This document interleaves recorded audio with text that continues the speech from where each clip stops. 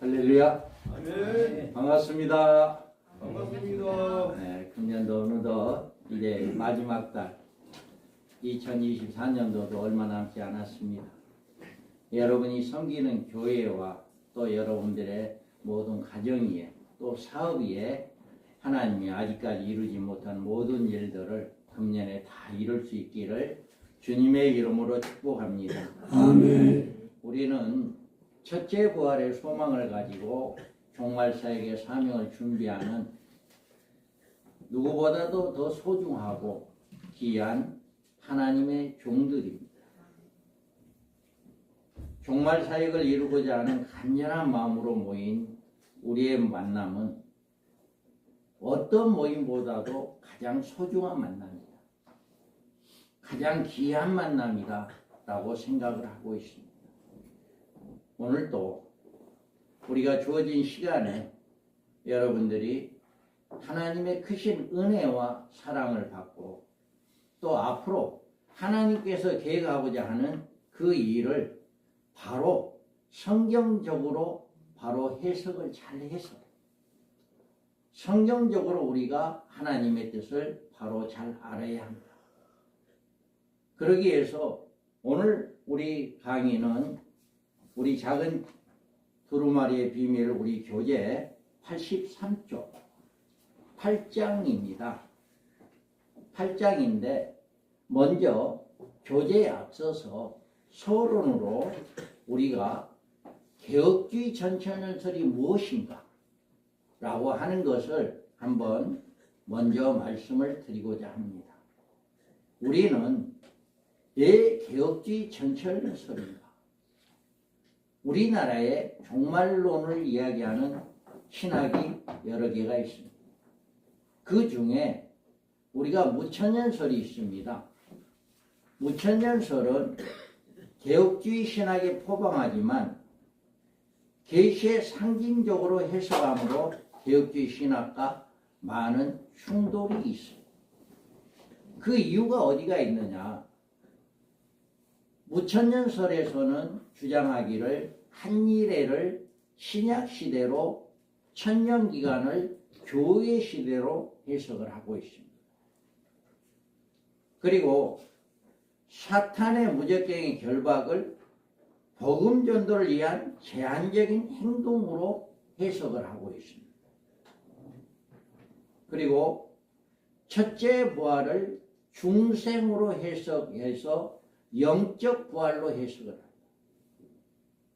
이 무천년설에서는 첫째 부활을 우리가 예수님을 믿고 구원받은 영적인 부활이다. 이렇게 첫째 부활을 해석을 하고 있습니다. 그러므로 성경적으로 입에대는 문제점들이 많이 있다라고 하는 것을 볼 수가 있습니다. 그 다음에 역사적 전천년설입니다. 개혁주의 전천년설에 따르지만 해석 방법에 모순이 많으며 그 해석도 통일성이 없고 다양합니다. 신학이라면 어떤 통일성이 있어야 하는데 이 역사적 전천년설은 통일성이 없어요. 첫째 부활과 마지막 부활에 모순이 있어요. 역사적 전천년설의 첫째 부활을 예수님이 재림하실 때 죽은 자가 일어나고 살아난 자는 변화된다. 이게 첫째 부활이다. 그럼 마지막 부활은 뭐냐? 예수를 믿지 않는 자들이 부활이 마지막 부활이다. 14만 4천 명의 해석도 비성경적입니다. 역사적 전천년설 14만 4천 명의 해석을 육적인 유대인들이다. 혹은 예수를 믿는 총수요다 라고 해석을 하고 있습니다. 그리고 예비처가 없는 7년 한란 통과설을 이야기하고 있어요. 역사적 전천년설이나 무천년설이나 이 문제는 비슷합니다만은 같습니다. 주님이 오시면 전부 다 살아있는 사람 변화되고 죽은 성도들 다 부활해서 다 올라가기 때문에 예수 믿는 사람들 환난이 없다. 환난 안 받는다. 이렇게 주장을 하고 있죠. 그리고 부활한 몸과 변화받은 몸으로 불신자들과 함께 천년왕국의 생활을 한다.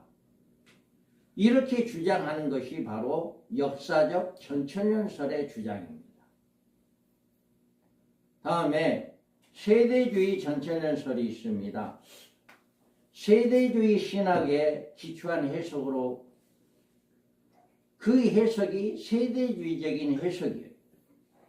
이들의 해석은 종말론 해석을 어떻게 해석하느냐. 이중재림과 7년 환난 전 휴거설이 비성경적입니다. 이 무천년이나 역사의 전천년이나 세대주의 전천년설에서 거의 같은 내용이에요. 환난이 없다. 환난 없이 전부 다 예수님 몸은 다 올라간다. 특별히 이 세대주의에서는 요한계시록 4장에 요한 보고 이리로 올라오라라고 하는 그 말씀을 예수 믿는 모든 성도들에게 해당하는 말이기 때문에 그때 다 올라가 있기 때문에 5장부터는 예수 믿는 우리 성도들에게 주신 말씀이 아니라 유대인들에게 주는 말씀이다. 즉 요한계시록은 세대주의자들이 해석은 요한계시록은 유대인들에게 주는 말씀이기 때문에 우리 예수 믿는 사람들은 상관이 없다. 이렇게 해석합니다. 그리고 첫째 부활과 마지막 부활도 비성경적으로 이야기를 하고 있고 종말계시와 천년왕국에 대한 유대적인 해석이 비성경적이다. 천년왕국에 유대인들이 살아있는 몸으로 들어간다라고 하는 이렇게 비성경적인 이야기를 하고 있습니다. 그래서 이와 같이 무천년이나 역사적 전천년설이나 세대주의 전천년설에서 성경적으로 입에 대고 성경적으로 풀리지 않는 그런 내용들을 우리 개혁주의 전천년설에서 우리 민명서 목사님께서 수십 년을 연구하고 또 기도하는 가운데 이 문제가 해결되었습니다. 그래서 계시록을 개혁주의 신학으로 해석을 하여 역사적 전천년설의 문제점들을 보완하고 전천년설을 완성시킨 새로운 학설이다. 우리 민명서 목사님께서 자제분이 목사님이십니다. 그런데 그 자제분에게 하신 말씀은 이 개혁주의 전천년설만은 완벽하니 이것을 가감하지 말고 이대로 전해야 한다 라고 말씀을 했어요. 그리고 우리 민명서 목사님께서 이거를 이 세 가지에서 해석하지 못한 문제들을 연구해서 성경적으로 문장적으로 한치 오차도 없이 정확하게 성경적으로 해석을 했다. 그래서 개혁주의 전천년설만은 천년설에 통합할 수 있는 유일한 학설이다 라고 하는 것을 우리가 볼 수가 있습니다. 그러면 개혁주의 전천년설에 확산시키는 사역을 통해서 우리 개혁주의 전천년설을 배우는 주의 종들이나 교회들은 교회가 초대교회의 면모를 갖추어 성도들에게 신부의 단장을 시킵니다. 그리고 성도들이 소망 중에 주의 재림을 바라볼 수 있게 합니다. 그리고 14만 4천 명의 두 증인을 순교자가 준비된다. 우리 개혁주의 전천년설을 들으면 성도들이 바꿔집니다. 그러니까 환난이 없다라고 가르치는 신학은 주님의 재림을 소망하지도 않아요. 그러지만 우리는 전삼년 만에 환난이 있다라고 하는 것을 분명하게 가르치고 있습니다. 그렇기 때문에 그 전삼년 만에 첫째와 항충의 기간 동안에 그 환란이 있기 때문에 그 환란을 지키기 위해서는 우리 성도들이 믿음을 지켜야 한다라고 하는 것을 심어주기 때문에 주님의 재림을 소망하고 있다라고 하는 것입니다. 그래서 우리 밤정설이 사역회가 이 사역의 사명을 가지고 그 중심에 서 있다. 앞으로 무천년이나 역사적 전천년 세대주의보다는 개혁주의 전천년설을 전 세계에 알려야 합니다. 저 모든 신학교나 신학생들이나 모든 분들에게 이것을 알려서 이제는 교회가 바로 세워지고 주의 종들이 바로 세워지는 이런 역사가 일어나야 한다. 아직까지는 우리 개혁주의 전천년설이 그렇게 많이 알려지지 않았습니다. 부분적으로 각 세계적으로 알려지고 있습니다만은 아직까지는 이렇게 많이 알려지지 않았어요. 그래서 여러분들이 이것을 더 많이 배우시고 더 많이 알으셔서 더 많은 주의 종들에게 이것을 가르쳐서 교회들이 살아나는 귀한 역사가 있기를 주님의 이름으로 축복합니다. 아멘. 그 다음에 우리가 개혁주의 전천년설에서 본다면 이 7년 환란에 들어서려면 이 몇 가지, 5가지 조건이 구부되어야 합니다. 앞으로 종말론, 종말이 왔다라고 이야기를 합니다만은 이 7년 환란이 들어서려면 반드시 이 5가지는 있어야 한다. 먼저 짐승이 등장해야 합니다. 데살로니가 후서 2장 3절에 누가 어떻게 하여도 너희가 미혹되지 말라. 먼저 배교하는 이 있고 저 불법의 사람과 멸망의 아들이 나타나기 전에는 그날이 이르지 아니하리라. 아멘. 반드시 앞으로 7년 환란이 오게 되면 오기 전에 짐승 적그리스도가 나와야 합니다. 그래서 이 적그리스도는 첫째 나팔로 짐승이 등장합니다. 첫째 천사가 나팔을 부니 피 섞인 우박과 불이 나와서 땅을 쏟아짐에 땅의 3분의 1이 타버리고 수목 3분의 1이 타버리고 각종 푸른 풀도 타버렸더라. 아멘. 여기에서 땅에 우박과 불이 나와서 땅에 쏟아진다라고 이야기했습니다. 우박과 불은 세상의 화를 가져올 거대한 혁명 세력을 이야기합니다. 모세가 하나님의 권능으로 애굽에 재앙을 내릴 때 우박의 내림과 불덩어리가 우박에 섞여서 내림으로 심히 맹렬했다라고 합니다. 우박이 애굽 온 땅에 사람과 짐승과 물어나고 모든 밭에 있는 것들도 다 멸절시키는 이런 일을 모세 당시에 했었습니다. 그러나 그 당시에는 애굽에 국한된 지역이었지만 인류 종말에 내려지는 피 섞인 우박과 불은 능히 땅의 3분의 1을 사이고 수목 3분의 1을 각종 푸른 풀을 3분의 1까지 사이는 큰 재앙이 임할 것이다. 앞으로 짐승 적그리스도가 나오게 된다면 전 세계가 이렇게 3분의 1이 완전히 초토화되어지는 이런 일들이 일어나게 된다라고 하는 것을 이야기하고 있습니다. 그래서 피 섞인 우박과 불이 나서 땅에 떨어졌다는 말은 장차 이 세상에 이 같은 무서운 재앙을 가져올 한 인물이 등장할 것을 표현합니다. 하나님께서 이 세상에 이런 심판을 내릴 존재로 짐승을 사용하시는 것입니다. 바로 적그리스도를 통해서 이 세상에 이런 재앙을 내리게 되는 것입니다. 그래서 계시록 6장 8절에 보면 내가 천황색 말을 나오는데 그 탄자의 이름이 사망이니 음부가 그 뒤를 따르더라. 그들이 땅 4분의 1의 권세를 얻어 검과 흉년과 사망과 땅의 짐승들로서 죽이더라. 아멘. 이렇게 말하고 있습니다. 첫째 천사의 나팔은 이 같은 적그리스도의 등장과 그로 인한 대환란의 역사가 보여주고 있는 것이다 하는 것을 이야기해 주고 있습니다. 앞으로 7년 환란의 주역이 바로 적그리스도입니다. 그러므로 7년 동안 일어난 환란의 나팔로 계시하고 있어 이 첫째 나팔을 불 때 적그리스도가 등장하는 모습을 보여주고 있는 것이다.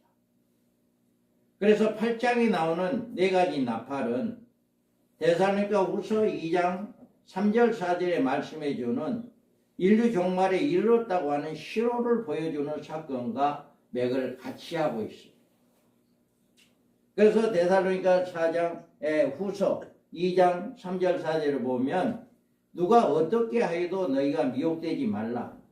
먼저 배교하는 일이 있고 저 불법의 사람 곧 멸망의 아들이 나타나기 전에는 그날이 이르지 아니하리니 그는 대적하는 자라 신이라고 불리는 모든 것과 숭배함을 받는 것에 대하여 그의 자기를 높이고 하나님이라 내세웁니다. 아멘. 반드시 앞으로 이런 일이 있어야만이 7년 환란이 오게 된다라고 하는 것을 말하고 있습니다. 그래서 이자가 세상에 등장하면서 세계 3분의 1이 초토화되는 재앙이 일어나는 시작이 첫째 나팔이고 바로 짐승이 등장이다 라고 하는 것입니다. 두 번째로 이 짐승은 열불을 통합하는 왕으로 모습으로 등장합니다. 계시록 13장 1절에 보면 내가 보니 바다에서 한 짐승이 나오는데 뿔이 열이요 머리가 7이라 그 뿔에는 10왕관이 있고 그 머리에는 신성모독하는 이름들이 있더라. 아멘. 이와 같이 바다에서 짐승이 나오고 그 짐승에 의해서 또 10뿔이 있더라라고 이야기합니다. 그러니까 짐승 한 사람만 가지고 이 인류를 장악하고 이 인류를 3분의 1을 초토화시키는 그럴 힘이 없습니다. 그래서 10뿔이라고 하는 10나라를 등에 업고 그들과 함께 하나가 되어서 전 세계가 하나가 되어지는 초토화되어지는 이런 역사가 일어나게 된다. 계시록 17장 7절에 보면 천사가 이르되 애 놀랍게 여기느냐 내가 여자와 그가 탄 7머리와 10뿔을 가진 짐승의 비밀을 내게 보이리라. 여기에서도 10뿔과 7머리 마지막 나라 제7제국의 왕을 이야기하고 있습니다. 17장 12절 13절에도 내가 보던 10뿔은 10왕이니 아직 나라를 얻지 못하였으나 다만 짐승과 더불어 임금처럼 한동안 권세를 받으리라. 그들이 한 뜻을 가지고 자기의 능력과 권세를 짐승에게 주더라. 앞으로 아직 나라를 얻지 못했다라고 이야기합니다. 아직 10뿔은 형성되지 않았습니다. 하지만 앞으로 유럽 지역에 어떤 형태든지 10개의 그룹으로 나라가 형성될 것입니다. 그래서 그 10개의 나라 중에 3나라가 이 적그리스도에 의해서 장악하게 됩니다. 그래 10개의 나라 중에 3나라의 왕이 적그리스도입니다.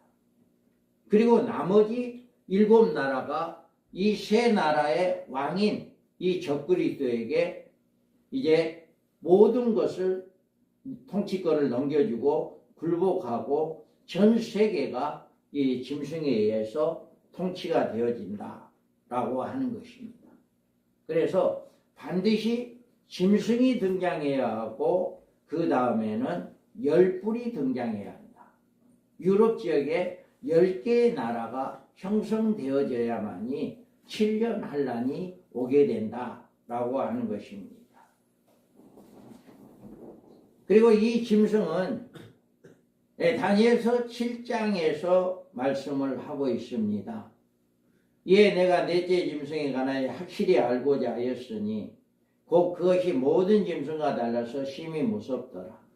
그 이는 새요 그 발톱은 노시니 먹고 부서뜨리고 나머지는 팔로 밟았습니다. 아멘. 이와 같이 이렇게 짐승이 다른 짐승과 다르는 이런 말씀이 나옵니다.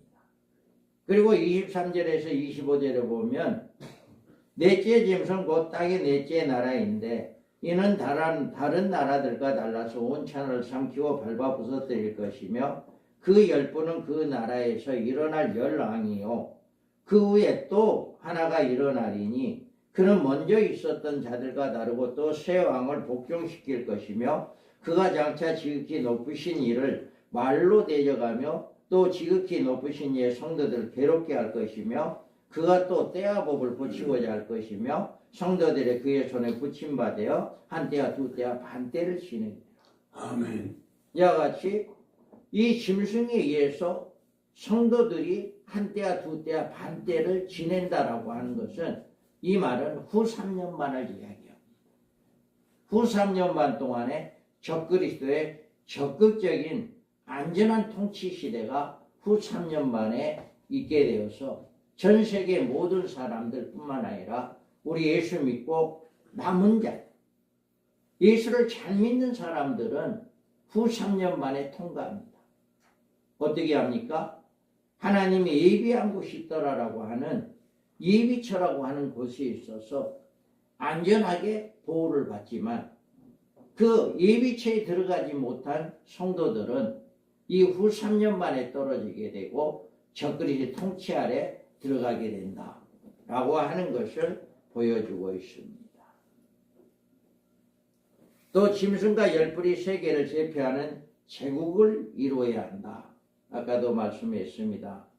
내가 보던 열뿔은 열왕이 아직도 나라를 얻지 못하였으나 다만 짐승과 이렇게 더불어 임금처럼 한동안 권세를 받으리라. 그들이 한 뜻을 가지고 자기의 능력과 권세를 짐승에 주더라 라고 말씀을 하고 있습니다. 이거는 둘째 나팔로 열뿔을 주축으로 한 제7제국이 등장합니다. 둘째 천사가 나팔을 부니 불붙는 큰 산과 같은 것이 바다에 던져짐에 바다의 3분의 1이 피가 되더라. 여기에서 보면 이렇게 바다에서 나오는데 큰 산과 같은 것이 바다에 던져짐에 바다 3분의 1이 피가 된다 라고 합니다. 앞으로 10불의 주축으로 제7개국이 형성되지만 주님의 재림으로 완전히 멸망되어지는 이런 일이 있게 되어진다 라고 하는 것입니다.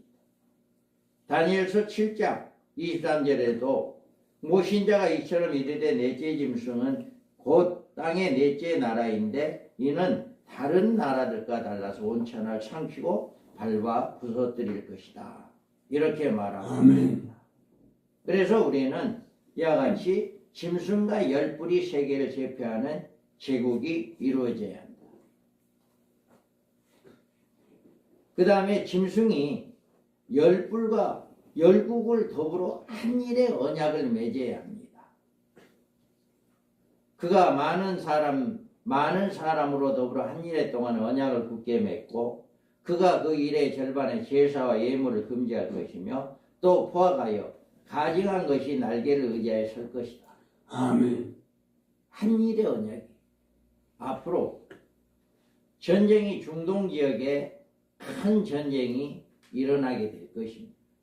그 전쟁이 일어나게 될 때 누군가가 나와서 우리가 이 전쟁을 계속하다 보면 다 죽을 수밖에 없으니 한 일의 언약을 맺자라고 평화조약을 맺게 될 것입니다. 그게 바로 주님의 재림의 시점이 됩니다. 그래서 이자는 열국으로 더불어 한 일의 언약을 맺습니다. 그러므로 많은 나라들은 이자가 한 일의 언약을 맺음으로 중동에 평화가 왔다 좋아할 수 있습니다.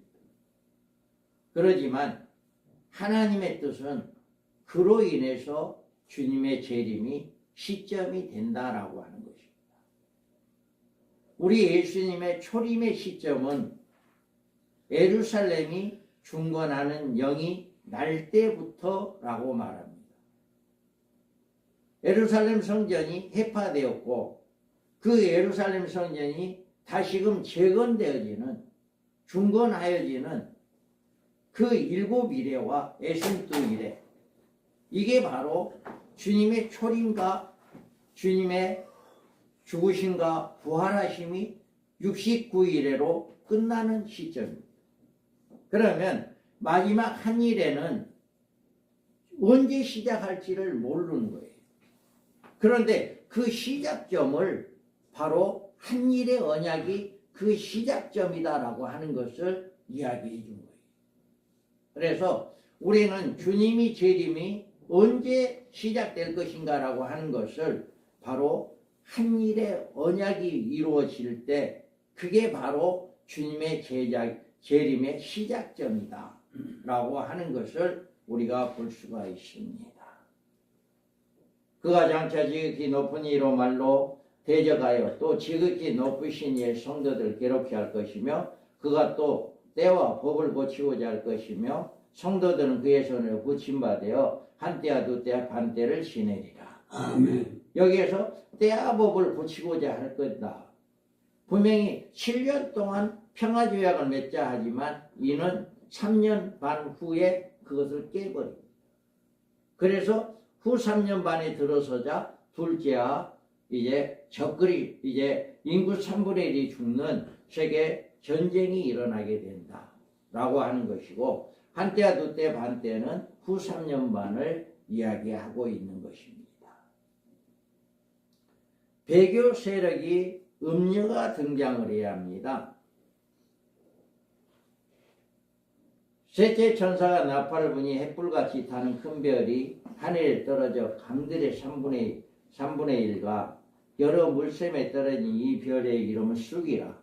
물이 3분의 1에 순 쑥이 되매 많은 사람이 죽더라. 아멘. 이와 같이 셋째 천사가 나팔을 불기 시작합니다.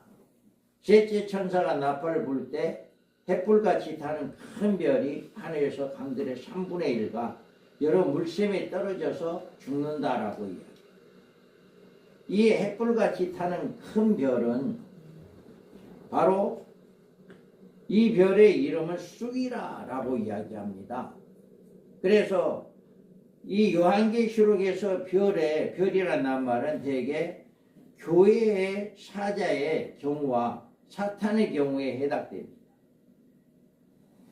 그러므로 이곳에 말씀해주고 있는 별에 대해서는 자칫하면 사탄의 경우로 생각할 수 있는데, 그러나 별의 이름이 쑥이다라고 이야기를 하고 있어요.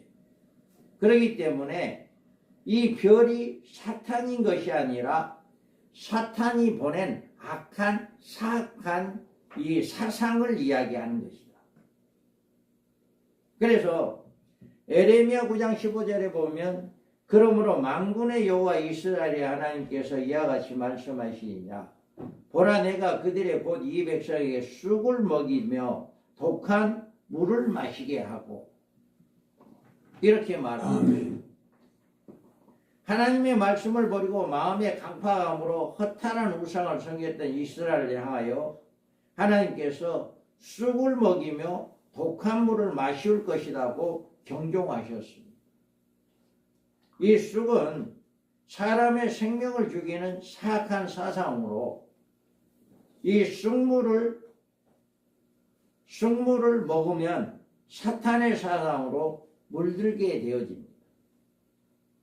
하나님께서는 이미 세속화된 교회와 하늘까지 사무친 제약으로 멸망을 받게 될 이 세상에 사악한 사상을 보내시어 영적인 흑암에 초래하게 된다.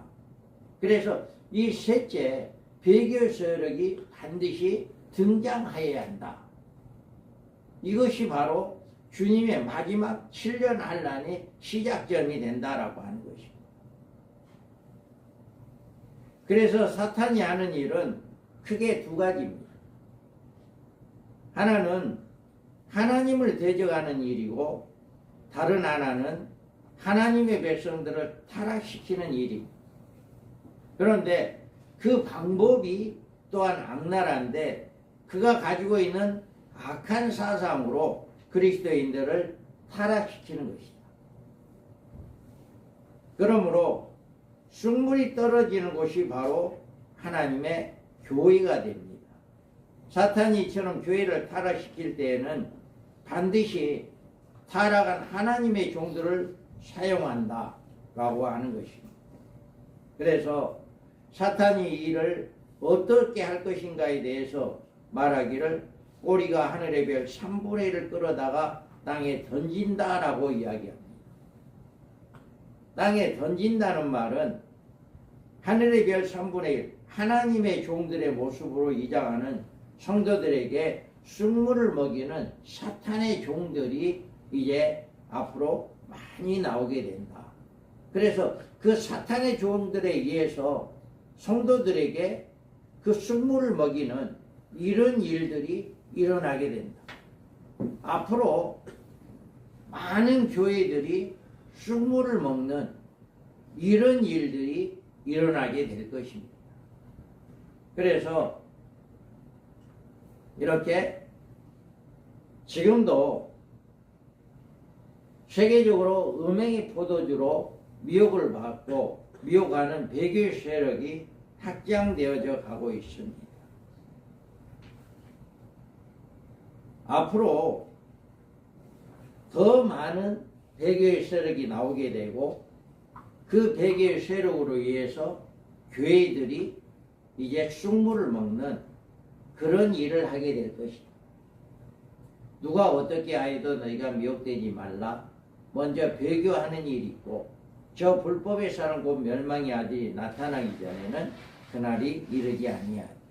아멘. 이와 같이 말씀을 하고 있습니다.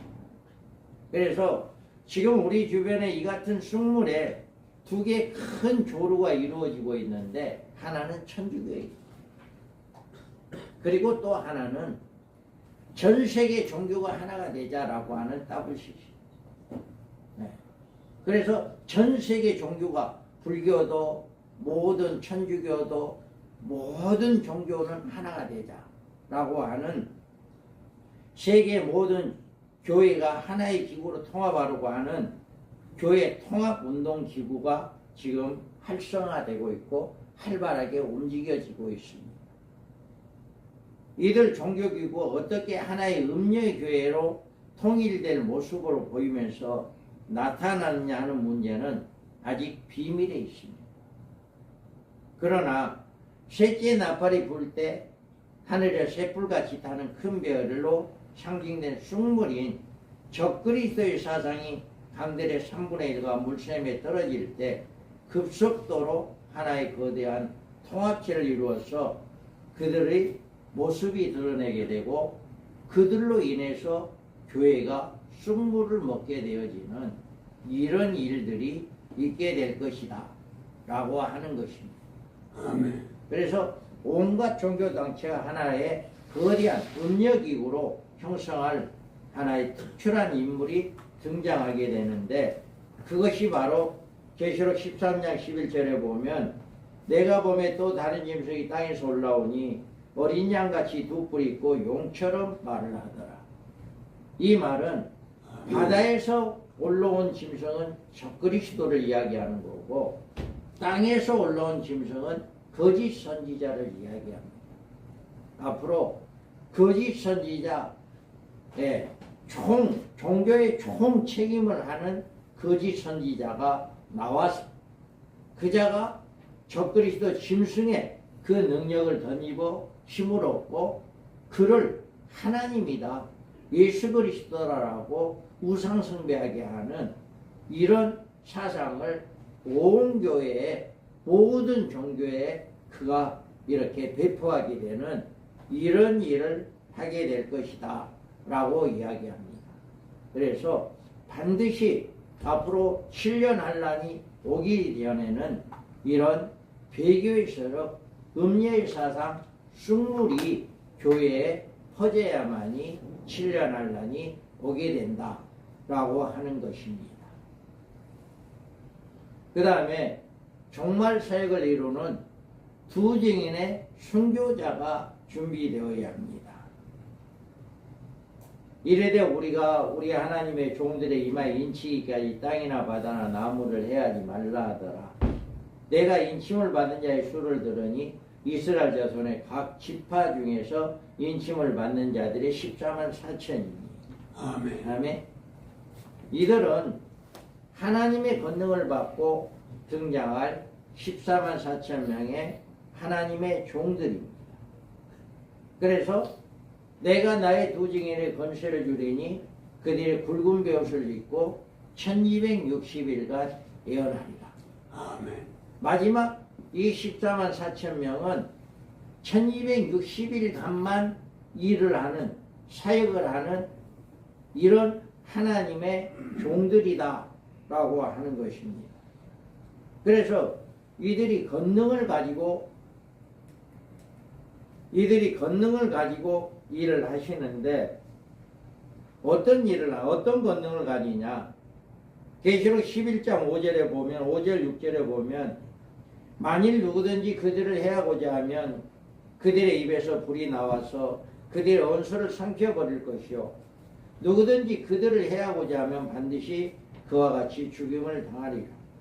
그들이 권능을 가지고 하늘을 닫아 그 예언하는 날 동안 비가 오지 못하게 하고 또 권능을 가지고 물을 피로 변하게 하고 아무 때든지 원하는 대로 여러 가지 재앙을 땅에 치리로다. 아멘. 이와 같이 마지막 때 1260일 동안 하나님의 권능을 받고 등장할 두 증인들 14만 4천 명에게는 하나님의 이런 능력을 주어버립니다. 그러니까 누구도 이 사람을 죽일 수가 없습니다. 1260일 동안만은. 오히려 이 사람을 죽이려고 했던 사람이 그 방법대로 죽임을 당하고 또 이 1260일 시작하면서 하늘을 닫아버립니다. 비를 오지 못하게 합니다. 그러니까 3년 반 동안 비가 안 온다면 얼마나 가뭄이 오겠습니까? 얼마나 힘들겠습니까? 또 이런 사건들. 그리고 입에서 물을 피로 변하게 하고 아무 때든지 원하는 대로 여러 가지 재앙을 땅에 치는 이런 역사가 이 두 증인들에게 주어진다. 만약에 여러분들이 하나님이 인침을 받고 14만 4천에 포함이 된다면 이루 말할 수 없는 능력을 여러분들은 행할 것입니다. 네, 정말이에요. 우리 하나님께서 14만 4천 인을 받는 여러분 되기를 소망합니다. 그래서 우리는 인을 받아야 하고 10장에서 책을 받아 먹어야 합니다. 10장에서 책을 받아 먹고 입에는 달고 배에는 쓰게 되는.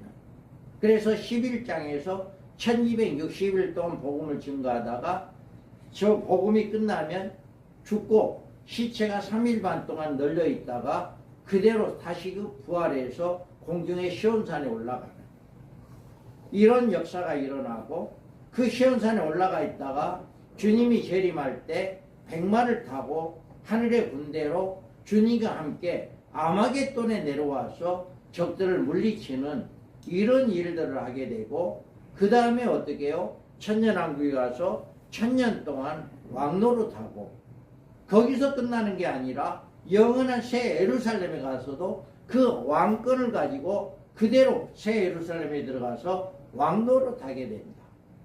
이게 바로 마지막 때 하나님의 권능을 받고 등장할 14만 4천 명의 이 사명자들에게 받는 축복이다. 또 이들 외에 또 어떤 분들이 이런 축복을 받을 수 있습니까? 한일의 언약이 이루어지기 직전에 누군가에 의해서 죽임을 당하고 목숨을 잃은 순교자들, 하나님 보좌에서 우리의 핏값을 언제까지 갚아줄랍니까? 라고 신원하는 그 순교자들이 바로 똑같이 이런 축복을 받게 된다 라고 하는 것을 성경은 말하고 있습니다. 그래서 이와 같이 앞으로 7년 환란이 들어서려면 이 5가지 조건이 분명히 형성되어져야 한다. 이것 전에는 절대로 7년 환란이 오지 않는다 라고 하는 것을 믿으시기 바랍니다. 그 다음에 이 7년 기간에 그러면 이 교회가 받는 환란은 뭐냐? 이 7년이라는 기간에 교회가 받는 환란은 뭐냐라고 하는 것입니다.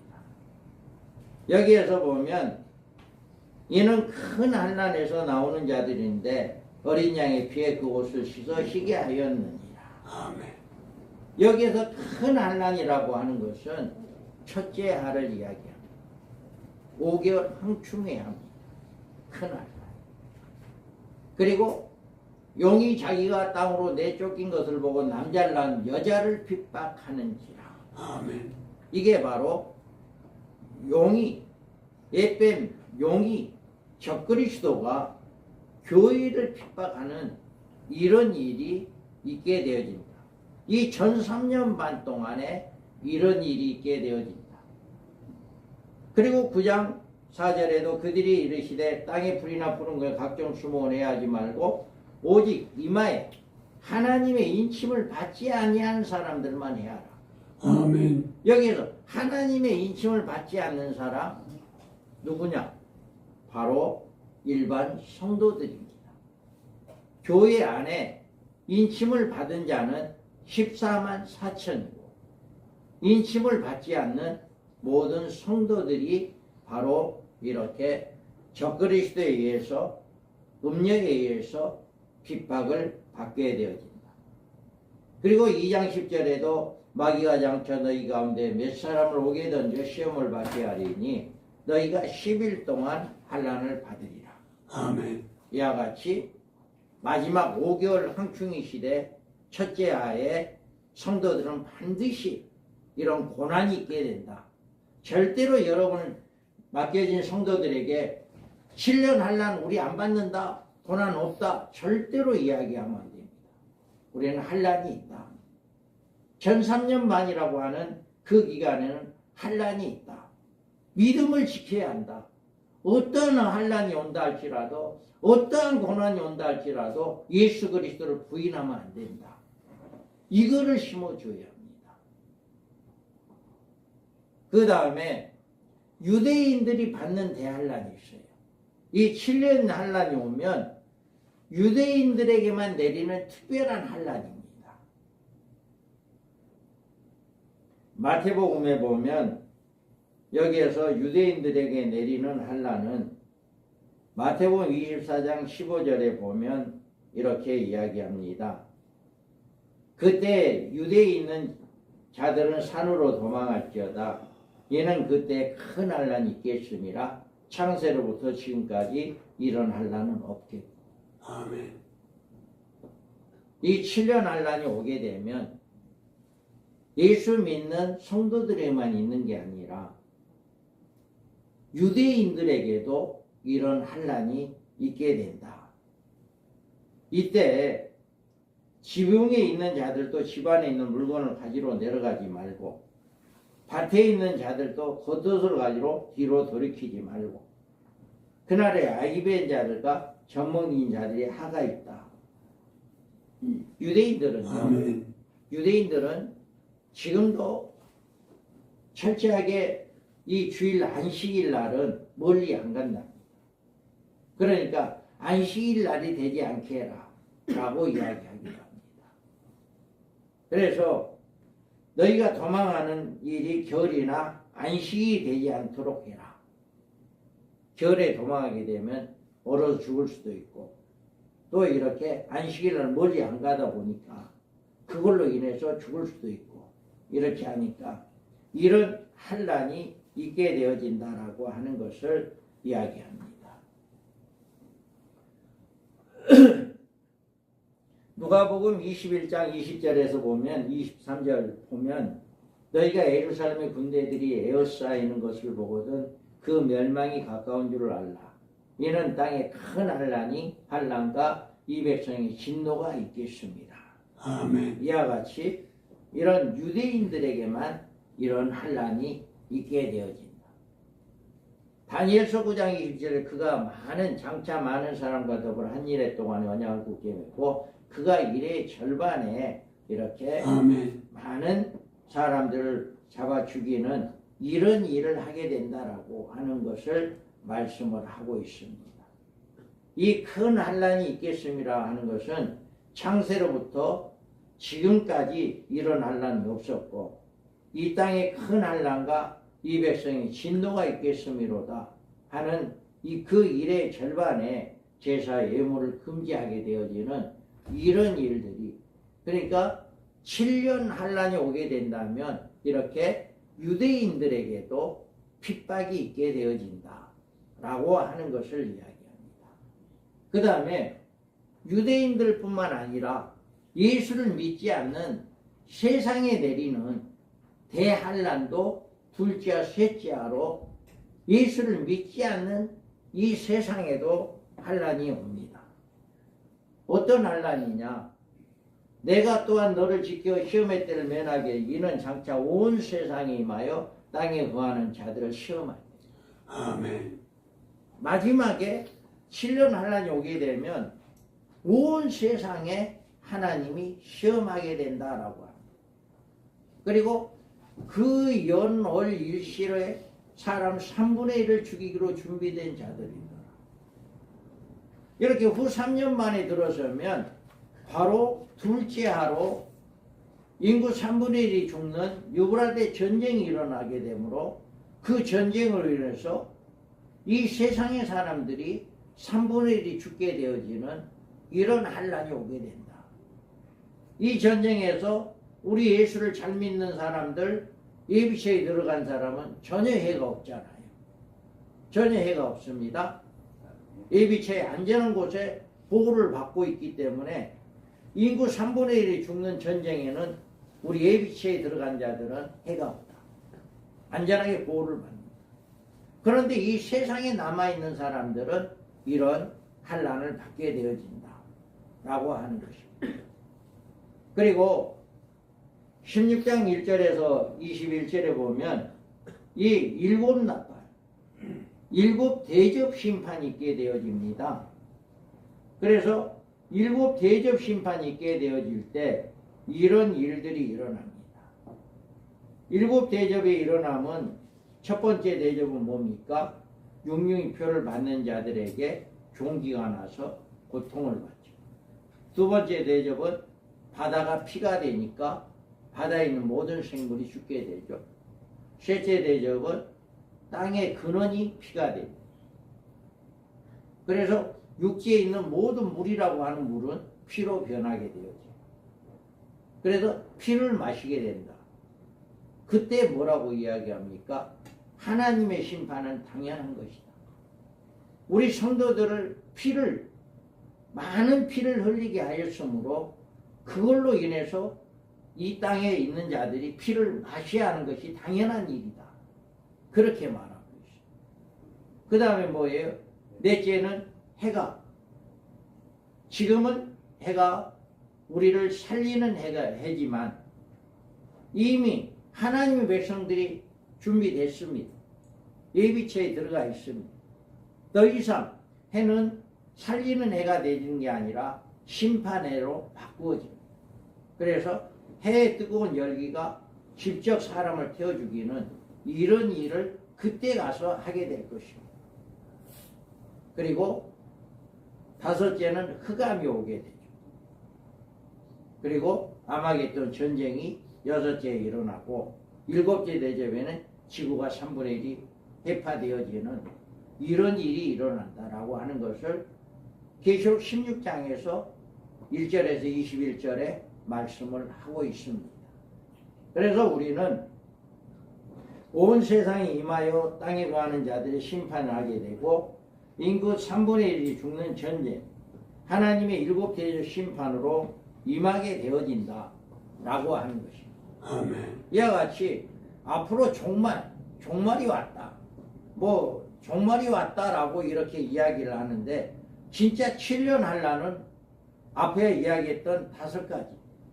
짐승이 있어야 하고 열불이 있어야 하고 또 이제 거짓 선지자 음료 쑥물이 내려와야 하고 또 이제 배교의 사상이 있어야 하고 이제 두 증인들 14만 4천 명이 나와야만이 7년 환란이 이제 시작되는 것이고 또 이제 그 7년 기간에 교회가 핍박을 받고 유대인들 예수를 믿지 않는 세상 사람들도 하나님의 심판이 있게 되어진다 라고 하는 것을 이걸 우리 개혁주의 전철연설 통해서 이렇게 해석을 밝혀내고 있습니다.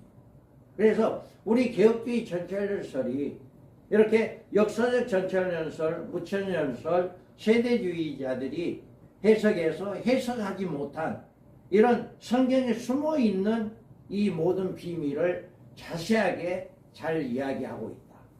그래서 여러분들 앞으로 이 개혁주의 전철연설을 잘 들으시고 또 많이 모르는 분들에게 많이 보고하는 여러분들 되기를 주님의 이름으로 축복합니다. 아멘. 우리 잠깐 10분 쉬고